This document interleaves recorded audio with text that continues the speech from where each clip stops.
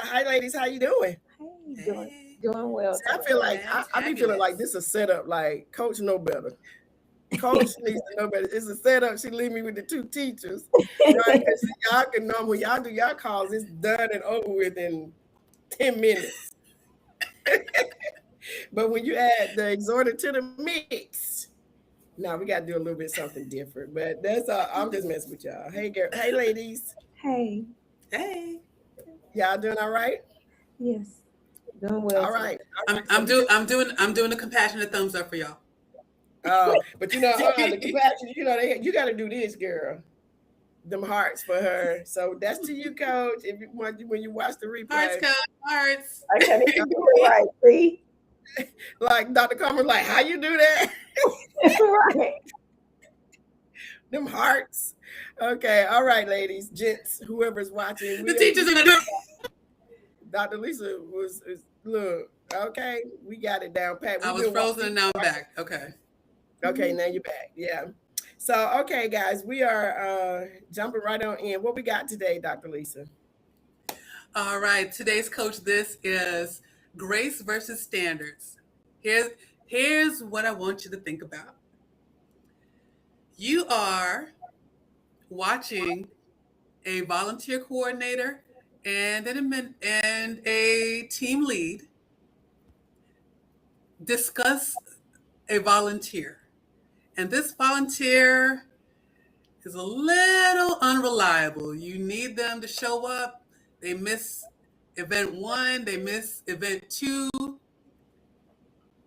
event five, six, and seven. They might come back for event eight.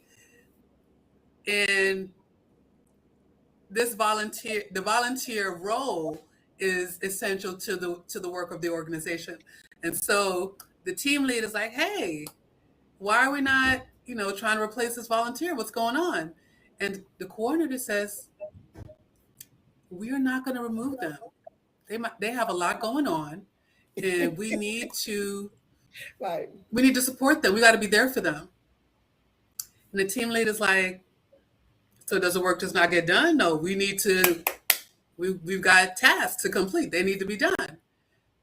All right. We need accountability. For we need to get work done. I mean, we're not going to be able to move forward without the work being done. So, you're going to have to make a decision that may feel negative to them, but for the good of the organization still needs to happen. Coach this. good. Okay. Right. Y'all, when we say that, that means this is hot. This is like important, whatever. This is whatever, you know.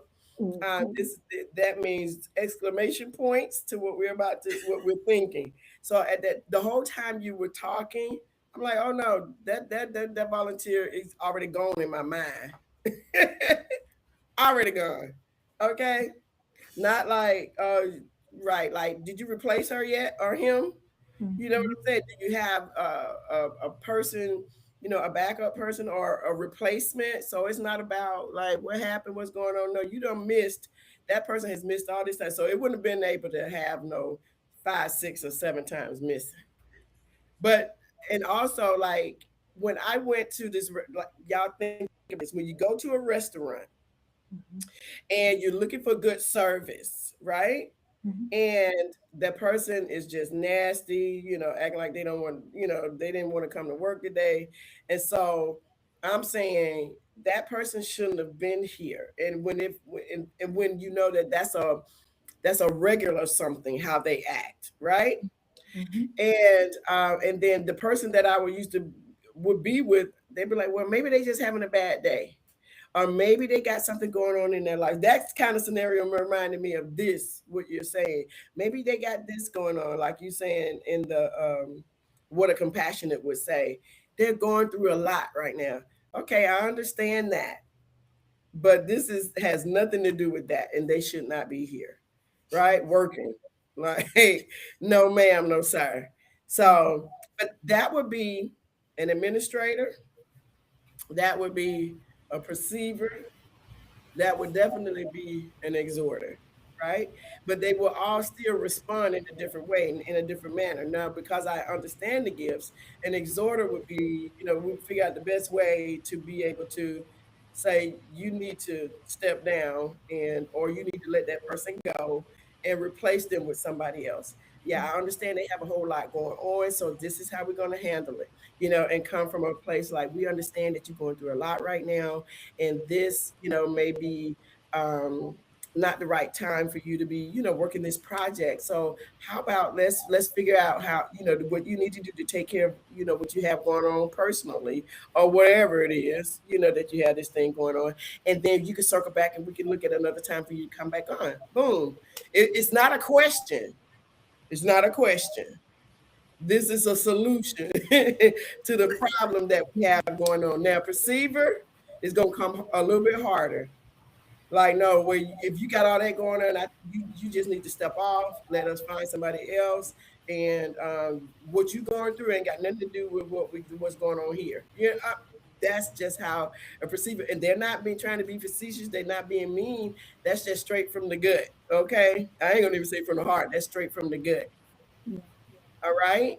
And so, but even in that, I'm not saying that is the best way to handle it. So once a perceiver understands their gifts, they're gonna really think about what they're getting ready to say. And now with AI, they're gonna have chatty, Mabel, Sage, Rudolph, whoever, whatever your chat name is, to tell you a better, softer way to say this, right?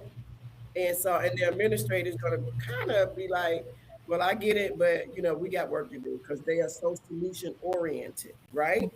So I just gave all the ways of all three of my gifts would probably handle the situation with the exhorter leading, okay, with the exhorter leading. So that's my take on it. Did that make sense? It did. It It made sure did. it's a lot softer. And I like what you were saying about how, even with all three of your gifts, the one thing that I could hear clearly in all of your scenarios and solutions is that you're preserving the relationship. You're preserving the Exactly. relationship with the volunteer, as well as with the compassionate coordinator. Exactly. Because as a teacher, the first thing the first thing would come to mind is, okay, so this coordinator sees this issue going on. Why have they not resolved it? So we probably need us a new coordinator. Hello. So since you understand what that person is going through, maybe you can go and coach them while we find someone else to handle this right here. The Right. this the show must go on. Let's replace everybody. Yeah, but that's not always the most productive thing to do, Right. especially if your volunteers are very good at what they do. Mm-hmm. But with this person here that's missing consecutive events, it may be a time to rethink their position as far as with the organization, even on the project. Because you're looking at the bigger picture, not the small compartmentalized portion of it, which is that individual, which we want to preserve individuals, which that's important. But also the ultimate goal is to complete this project with excellence. And that is That's not giving that spirit of excellence that you would want to come across that's right. in future projects. So yeah. That's good. That's good. I love what she just said about preserving the relationship. So yes. Uh-huh. So we all of that going on. Okay, what you got, Dr. Lisa? Because I know she was raising her hand and agreeing and So what Dr. K just showed us was gift intelligence in action, mm-hmm. being knowing that the natural reaction is to handle the situation this way, and being able to think past that initial gut feeling or natural reaction to say, okay, well, this is how I would do it, but maybe this other way is better.